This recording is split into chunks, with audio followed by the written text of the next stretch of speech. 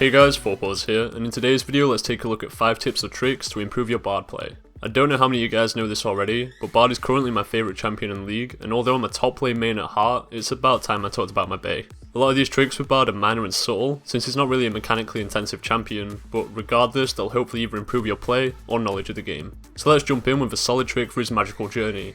Whenever you're in your fountain, you can use magical journey against a wall to skip out a decent portion of walking time.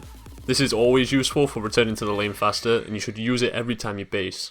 However, another underrated use of this trick is utilising it at level 1 to quickly invade your opponents. This strategy is really risky, as obviously you don't want to start your lane phase with a point in this skill. But if you have a great invade team, such as Elise, Twisted Fate or Maokai, or any decent CC, then this is a potential level 1 play.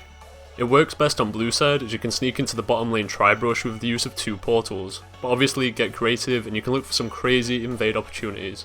I'd recommend to try this in a pre-made group though, as in solo queue you usually have that one pleb who's going to AFK until minions spawn. Bard's healing ability, Caretaker's Shrine, only allows for a total of 3 shrines to be placed at one time, but did you know that even if you've hit the active shrines cap, you can still directly heal someone without destroying your first place shrine? Basically, when you've got those 3 shrines ready to go, don't worry about using your W just for utility or a small heal. Whilst we're talking about the health shrines, here's a basic tip that you should already be doing hopefully on autopilot. Before you go on an adventure to collect some of your chimes, make sure you've used up quite a bit of your mana pool. Each chime will restore a flat 12% of your maximum mana, so if you're already at a good mana pool, make sure to burn that down. Although it's not as easy to understand, mana sustain is very important in the exact same way health sustain is. You want to trade your mana resources to hopefully lower your opponent's health resources, so don't run around sitting at max mana. The most common way I burn my own mana is laying down a few shrines before I leave, and this has the double whammy effect of now your AD carry is a little safer whilst you go on your adventure.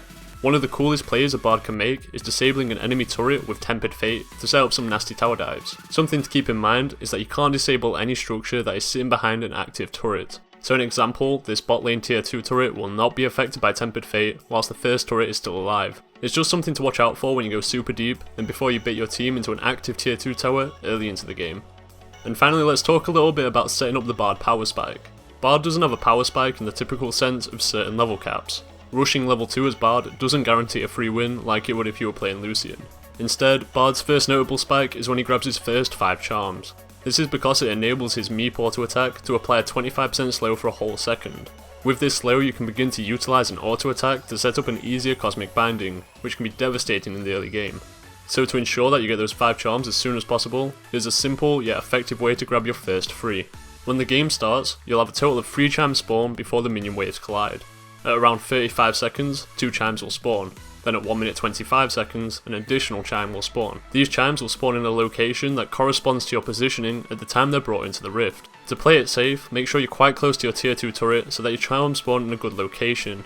Obviously you do need to protect your own jungle, so in between these spawning times, feel free to hold a defensive position. When you do this correctly, you'll consistently be grabbing 3 chimes before the lane phase begins, and that's like a mad 60% of the way to your power spike, dudes. So that's all for today. Hopefully I've taught you something you didn't know, or at very least educated you on the sexiest champion in League. If you did enjoy this video, please leave a cheeky like down below, and don't forget to subscribe for future content. Thanks for watching guys, and until next time, take care.